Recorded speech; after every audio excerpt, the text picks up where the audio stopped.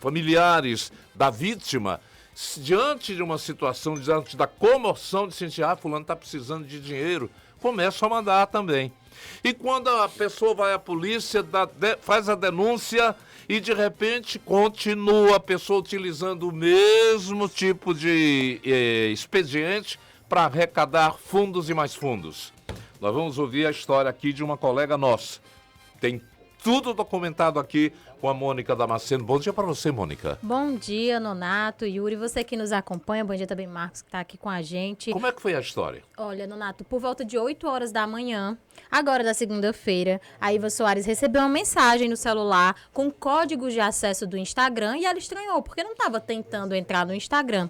E aí ela resolveu dar uma olhada na plataforma. Quando ela acessou o Instagram, ela tinha sido deslogada. Ela levou um verdadeiro susto. Teve assim um contato, eles não falaram comigo, eles não mandaram um link, algo do tipo, eu não cliquei em link. Quando eu percebi, eu recebi um código no meu telefone, né, que é o código do meu Instagram. Aí eu recebi uma vez, aí recebi mais uma vez. Aí eu até cheguei a comentar assim comigo mesma, eu disse, olha, eles estão tentando hackear meu Instagram. Só que aí eu olhei a mensagem que foi enviada pelo SMS e fui no meu Instagram dar uma olhada como é que tava. Quando eu cliquei na plataforma do Instagram, eu já recebi a mensagem dizendo que eu tinha sido desconectada. Foi muito rápido, não foi através de link. Desde então, é muito interessante focar nessa parte, né? Que ela diz que não clicou em link, porque a maioria dos casos que a gente vê é o usuário clicando em alguma coisa. Tem um conta link aqui para puxar. Você quer ganhar dinheiro, sorteio. Você tem um sorteio. E eles são muito bem articulados. Eles olham como as pessoas costumam agir nas redes sociais, falar, se comunicar, quem são os contatos que elas têm. Então, desde então, eles estão aplicando o golpe. Como é que eles estão fazendo, né? Lá no Instagram da Iva, pelo menos. Eles publicam uma espécie de pirâmide, onde você deposita R$300 e ganha R$1.000. E aí, no momento que você faz o depósito, eles devolvem os 1.000, e aí você faz 1.000 para eles devolverem 3.000, e eles não devolvem esses R$3.000. É velho esse golpe, hein? Exatamente. E não é novo, eles só mudam a forma, né? O modus operandi. E aí, depois desse primeiro depósito, que eles retornam e depois não retornam mais, os bandidos eles atingem o objetivo, né? Muita gente está caindo, eu tenho um número de 254, pelo menos tinha, né, 254 mil seguidores. A minha conta com esse número de seguidores é um trabalho de uma vida, né, que você vem construindo. As pessoas ali vão te seguindo porque acreditam em você como pessoa, no seu trabalho, e vão se identificando com o conteúdo que você vai criando, vai postando, né, na sua rede social. E eu tinha essa fidelidade, eu tinha essa credibilidade muito grande com os meus seguidores. Isso tem facilitado muito para esses golpistas, né, irem fazendo vítimas.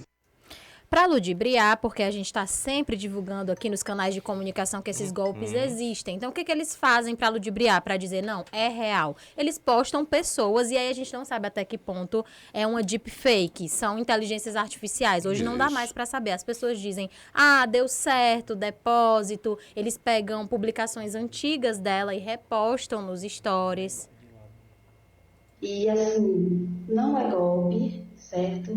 Quem quiser pode investir, viu? Já caiu, viu? Na minha conta e é isso. Agora é só alegria. Eu tava meio desconfiado quando eu vi a publicação, porque eu falei, como assim?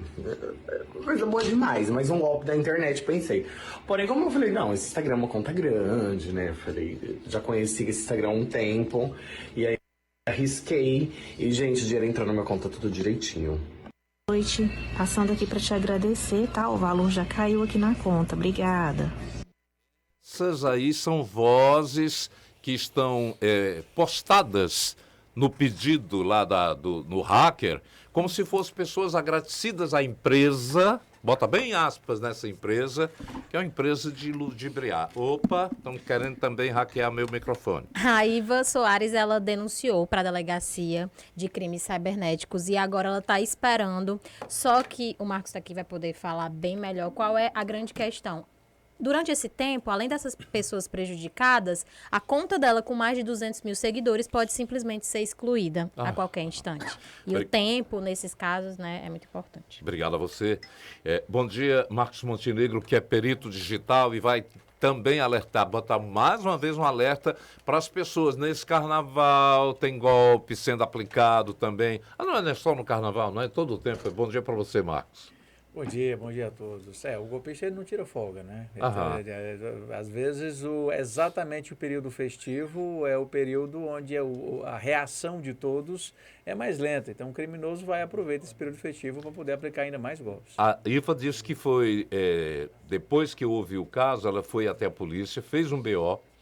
Até hoje os criminosos continuam agindo, fazendo postagens, depoimentos, stories antigos, o que atrai mais vítimas ainda. O que é que pode ser feito? Se é que é certo o que é um golpe, não são tomadas medidas mais imediatas e severas pela polícia? Sim, infelizmente, a gente está falando de uma empresa que o tempo de reação dela antigamente era muito maior, inclusive, do que hoje, né?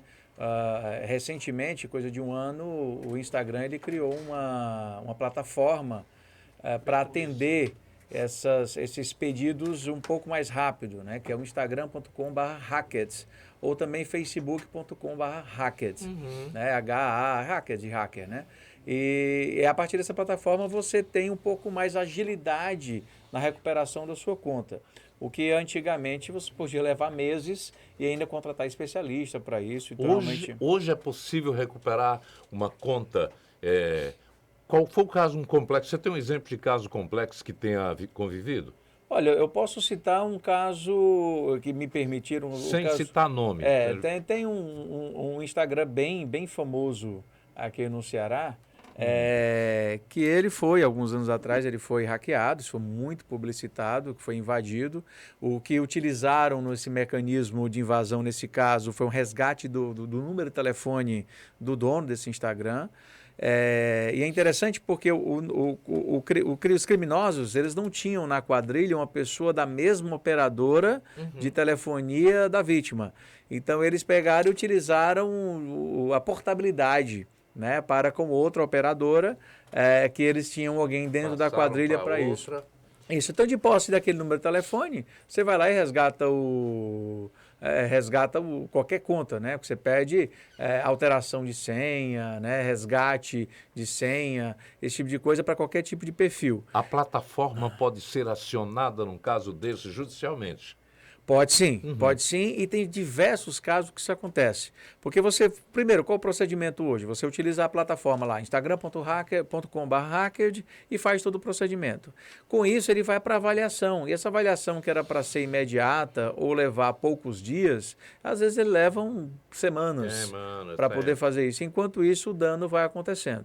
A vítima ela tem que procurar imediatamente fazer um BO, até para que depois ela não seja acionada pelas outras vítimas de estelionato, que é o que acontece, né? Então, você vai depois ter um trabalho de você postar aquele boletim de ocorrência, a polícia tem condição de prosseguir com aquela investigação, a polícia é importante, ela tem uma outra plataforma direta com esses players de redes sociais, é um software exclusivo para quem é da polícia, para quem é das forças de segurança pública. E com isso eles conseguem muito mais agilidade em cima desse procedimento. Você acha que está faltando maior investimento da parte das autoridades, no sentido de que a área da investigação digital possa desarticular essas quadrilhas? O primeiro problema acontece assim, é uma ação pública condicionada à representação, a maioria desses crimes, e ainda assim requer por diversas vezes uma autorização judicial para quebra de sigilo. Então, como esse procedimento ele tem várias etapas. Primeiro, a vítima tem que ter interesse em ir atrás. Segundo, a polícia tem que requerer ao juízo aquela quebra de sigilo. E depois, normalmente, essa solicitação não é feita tecnicamente correta.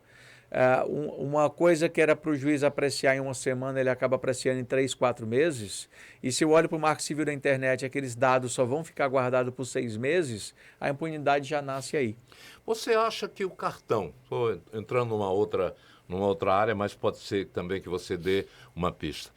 Você está com o cartão de crédito no bolso, passa alguém e pode digitar a sua conta, pegar a sua conta, porque aconteceu comigo uma coisa, o meu cartão de crédito de um banco, de repente o cara foi lá e tirou o que tinha sido depositado, porque sempre eu faço a retirada, que é uma conta somente para entrar o FGTS. E aí eu fiquei interessante, perguntei a alguém da minha família se tinha pego o cartão. Não, ninguém tem, não. E o cartão estava lá também. Fui ao banco e realmente, olha, foi utilizado no dia 15 de janeiro, tal. Eu digo, pois, olha, eu gostaria de entrar com uma ação contra... Você faz o BO, você vai entrar vai contratar um advogado, você vai entrar, pedir à justiça autorizar para mostrar a imagem, porque de quem foi lá tirar. Sim. Ela disse, não, e aí, se não foi assim, é difícil. É dificultoso também o processo de E ainda resgate. depois o banco vai dizer que por alguma razão é culpa da vítima. Que é culpa, pronto. Isso acontece todos os dias. Primeiro que assim, é importante entender que pagamento por aproximação, ao contrário do que é muito divulgado, o pagamento por aproximação é mais seguro do que o pagamento do chip. Do chip? É. É a primeira coisa importante de se compreender. Isso por um princípio muito simples. Quando você aproxima um cartão da maquineta, cada vez que você aproxima, é um código que vai passando via sem fio, por radiofrequência, né? É um código único. Então, aquele código não pode ser reutilizado. Não pode ser reutilizado. É um código único. Então, cada vez que você aproxima, é um código novo. Aproxima de novo, é um código novo. Então, não adianta você colocar um equipamento que a boa e velha chupa-cabra, né? Que colete aquele código, porque aquele código não pode ser reutilizado. Pronto. O chip não. Quando você conecta o chip na maquineta e aquela maquineta tiver o bom e famoso chupa-cabra, aquela maquineta coleta aqueles dados que podem ser reutilizados. Então, a primeira coisa importante para a pessoa compreender. A pessoa lá numa empresa, você no comércio, fiz uma compra aí, você quer por aproximação? Não. Pois é, o contrário. A aproximação, né? É mais seguro. Nunca, em hipótese alguma, entregue seu cartão de crédito para ninguém. As quadrilhas, elas cooptam funcionários de postos de gasolina, de restaurante, porque é onde tem um maior fluxo de cartão. Para quê? Para o cara só decorar o dígito verificador. Ele só precisa decorar isso, porque o resto a maquineta vai lá e vai coletar os dados. Ele vai coletar só aquele dígito verificado, aqueles 3 dígitos, ele vai decorar. No posto de gasolina é preferível fazer por aproximação. Qualquer compra. Aí existe a possibilidade de alguém, não, Marcos, mas alguém pode chegar com a maquineta, encostar na minha carteira e fazer aquela compra. Dos males, o menor, porque aquela compra que você consegue fazer por aproximação ela é de um valor menor se não requisitar a senha, né? Para não requisitar a senha, aí teria que requisitar a senha. Se você pegar o seu cartão e envolver ele naquele papel laminado, aquele papel laminadozinho que a gente usa para cozinhar as coisas em casa, se você envolver aquilo ali dentro e botar na sua carteira, é impossível você ler. Você tem que tirar do cartão laminado para poder a leitura ser possível. Uma coisa doméstica que resolve, porque aquele papel laminado que você envolve o cartão é impossível passar a radiofrequência. Só que existe um mecanismo tecnológico ainda mais seguro, que é o tal do Apple Pay ou Android Pay, ou seja, você cadastrar o cartão no celular ou no relógio, e aí você paga por aproximação, mas perceba, ele só vai funcionar quando eu aciono o botão. Então a maquineta não pode encostar no meu celular e fazer uma compra com aquilo. Ele só vai acionar a compra por aproximação no meu aparelho celular no momento que eu assim requisitar. Bem rapidamente, o internauta, o ouvinte, se tiver alguma dúvida, que possa fazer agora, enquanto o Marcos está conosco, para que ele possa dar orientação. Yuri? Tem um comentário aqui do nosso ouvinte, o Adriano, falando justamente sobre a legislação. Aí eu faço uma pergunta, Marcos. Onde é que está a LGPD nesses casos? Porque o que a gente vê, o que a gente percebe, é justamente a falta de trato com os nossos dados, né? Você imagina, uma instituição bancária, é um grande porte, uma empresa de grande porte, não se responsabiliza pelos nossos dados. E ainda dificulta se você entrar na justiça, enfim. Então parece que o cidadão né, tá perdido. Nesse caso, eu não entraria exatamente em questão do que a LGPD, porque o que acontece nisso? O banco, ele compreende que os dados do cartão de crédito não vazaram do banco, por exemplo. Eles vazaram diretamente do seu cartão. Desculpa, inclusive, deixa eu até complementar no caso, por exemplo, o meu caso ligado à Caixa também. Acessaram a minha conta do FGTS, fizeram um saque e tudo. Aí eles lá não sabiam, foi de algum caixa, não sei o quê. Também nesse mesmo caso, não foi nem cartão. Aí isso já é outro golpe. O que acontece nesse tipo de golpe? É o seguinte, os criminosos, eles têm acesso aos seus dados pessoais. Agora sim, estou falando de dados pessoais. Mas se lembra que foi até público isso, não é de hoje, na verdade, só foi muito publicitado a coisa de 3 anos atrás, o vazamento de 220 milhões de brasileiros. A primeira coisa que você tem que perguntar é assim, espera aí, mas não tem 220 milhões de brasileiros? É porque, inclusive, até gente que não está mais viva. Nossa. Daí você tira. O vazamento de dados, ele acontece há muito tempo. Com a Lei Geral de Proteção de Dados, é que isso começou a ser mais publicitado. Mas o vazamento de dados acontece. O que você precisa sempre analisar, um esforço muito grande, é descobrir quais são as fontes de vazamento de dados. Porque até um dia desse, isso eu lhe digo com certeza, você comprava os dados de imposto de renda na 25 de março, um CD. Eu estou falando da época do CD. Então, o vazamento de dados ele acontece há muito tempo. Então, hoje, com a digitalização de muitos bancos e de algumas plataformas, o que acontece? Você não tem uma conta específica criada digital. O criminoso ele vai abrir a conta no seu nome, ele tem o seu CPF. E o banco, a operadora financeira digital, ela começa a te fazer um monte de perguntas que você também tem acesso a esses dados. E a fragilidade está aí. Ou você burocratiza muito, que impede que você crie uma conta digital, ou você facilita e facilita também para os criminosos, que é o que está acontecendo.